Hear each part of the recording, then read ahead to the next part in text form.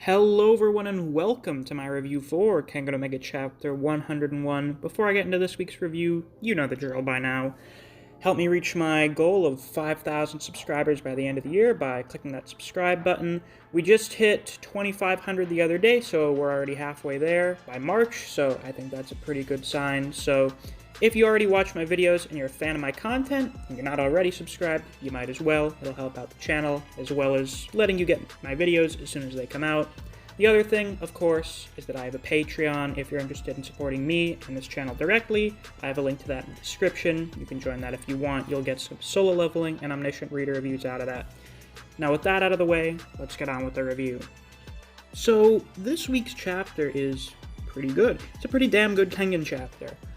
We get a very, very nice back and forth between Masaki and Jiroda.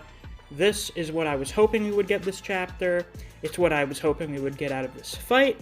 And so far, I'm very satisfied with what we've been getting. I've been saying for a bit, I want a good back and forth fight between both characters. I don't really like when it's just sort of a one-sided beatdown, especially when it's just basically a one-sided beatdown on the Purgatory Fighter, because it's just so underwhelming from what the Purgatory Fighters were hyped up to be. So this chapter basically does not really have any of the problems that I've been having with this tournament so far. So this fight is turning out really good. I'd say so far, probably better than Ryuki versus Naidan. Ryuki versus Naidan was really good, mostly in the first half. As you got to the latter half of it, not even the last half, but like the last chapter or two, where Naidan had just kind of turned into like a raving lunatic. It was kind of like, meh. But so far, this is really good. So the key to Hayami's comeback against Judo is by not doing Judo at all. He starts like kicking Jiroda around and headbutting him. So yeah, Hayami himself said that Jiroda is like 3 times stronger than him, presumably in regards to his skill in Judo. So he can't beat him doing Judo, at least not like normal Judo. So he starts like kicking him around and stuff. He kicks him in the face multiple times, I think. And he's doing fine, actually. Jiroda, like, the actual impact, when he gets kicked, when he gets headbutted, it all looks really, really bad. Not like the art looks bad, but it looks like very serious damage when the impact happens. But then after the impact happens, he looks fine. Like, he's bleeding a little. I think his face may be a little bruised. But for the most part, the guy's doing fine. And this just goes to show you that, like, top-tier fighters can take quite the beating. I think, let's see. Well, yeah, basically any fight between top tiers has mostly involved someone getting really, really fucking beat up for a lot of the fight and then just not really being bothered by it until the very end. Like Wakatsuki versus Julius, that was a slugfest. Agito versus Gao Lang, most of that fight was Gao Lang punching the shit out of Agito, and Agito really not taking that much damage from it. Let's see, Oma versus Ryan, that was a slugfest, and in fact, it was something of note that before going into Advance, Ryan was, like, not taking damage from Oma's punches. And then, you know, Agito versus Kuroki, they were beating the shit out of each other for, like, half of that fight. And they were still going. So, this is just, you know, furthering that trend of when you are up there in the Kengan verse, you can take a beating that would probably kill a normal person, and Jiroda is no exception to that. So, even though Hayami is putting up a fight now, he's still getting tossed around and having his head smashed into the floor. So this is what I like. So we can see very clearly for most of this fight so far that Hayami is definitely weaker than Jiroda. and Jirota is promptly kicking his ass. So even though they're, like, having a good back and forth, there's still one person asserting dominance over the fight. Or really, it should be vice versa. This is how I prefer fights. When you have a guy who's clearly stronger, he can be just absolutely walking all over the other dude, but the other dude still puts up a decent fight. So this is what I'm liking so far from this. So, the time has finally come. We've been waiting ever since this character was introduced. What is the deal with Hayami Masaki? And we finally find out this chapter from Hayami Sr., who very gleefully monologues about Hayami Jr., I guess, Hayami Masaki, being essentially a perfected, improved version of Meguro Masaki. He is a clone created using shit from the worm. So, there it is. There's your confirmation. Was it very predictable? Well, yes. Everyone fucking predicted it. But I'm not bothered by it being predictable because that was, like, really probably the only logical explanation that didn't just not make sense. Like, it actually being Meguro who had been revived somehow, which would just be the dumbest shit ever. I mean, like, his neck was broken, and, Muteba was digging around in his brain with his finger, okay? If Meguro was somehow revived from that, just all stakes are gone from the series, okay?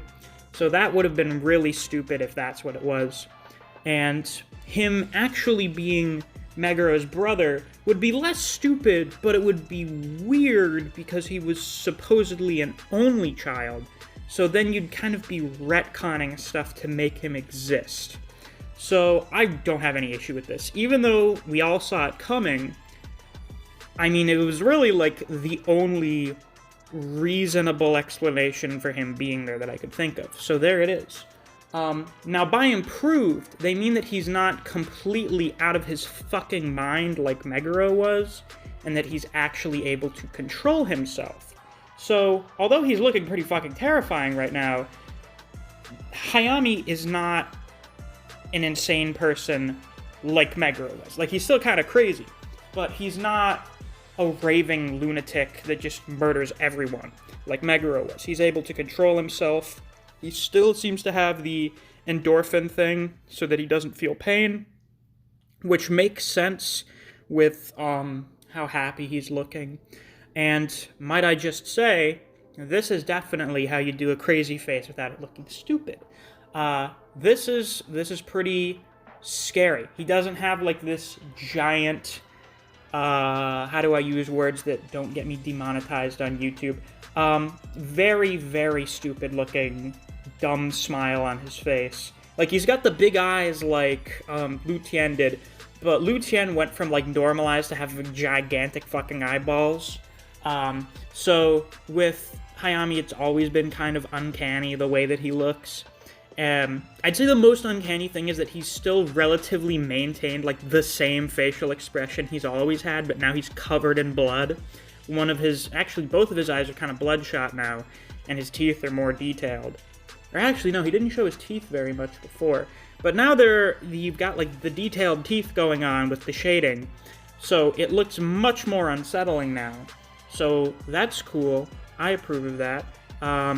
Yeah. So it looks like I think this fight is going the way that I predicted it would last week, and that this chapter we would get the explanation for what the deal is with Hayami, and then it's probably going to end next chapter. Now, Hayami has been making quite the impressive comeback thus far. However, I don't think he's going to be able to make up the gap that's been established between him and Jirota. I mean, Jirota, it's not even been close. Like, he's just been throwing around Hayami like a child the whole fight, and Hayami has taken an unbelievable beating. So even if he does get in more hits on Jirota, which, I mean, I do think he will, I don't think he's going to win. I still think that Jirota is a top-tier fighter, and Hayami is not.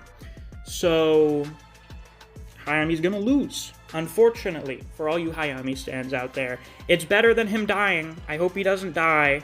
That's the only way I could really see him winning right now. Otherwise, it's just getting beaten or him killing Giroda, which I really don't want. So, yeah. And Giroda's still pretty much doing fine. Like, he's taken a few hits to the face, but he seems unbothered by that. So, I do think that this is still going to end up going to Purgatory.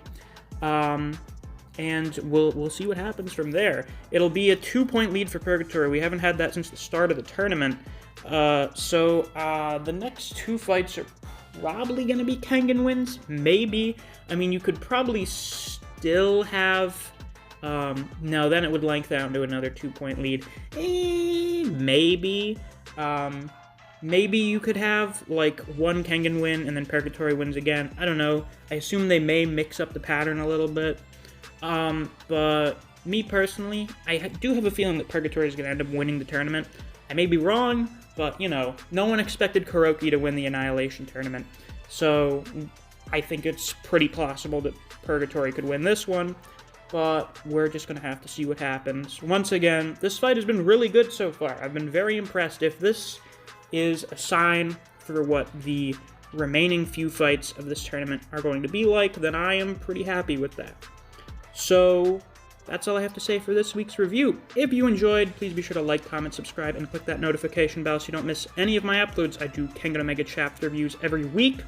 If you enjoy other series such as Record of Ragnarok, Jujutsu Kaisen, and Black Clover, I do videos in those series as well, so if you're interested in those, you should definitely check out my channel. If you enjoy discussing Kengan Omega with other people, or you just enjoy the content I produce on this channel, I highly suggest you check out my Discord server. I have a link to it in the description. Thanks for watching, and I'll see you around.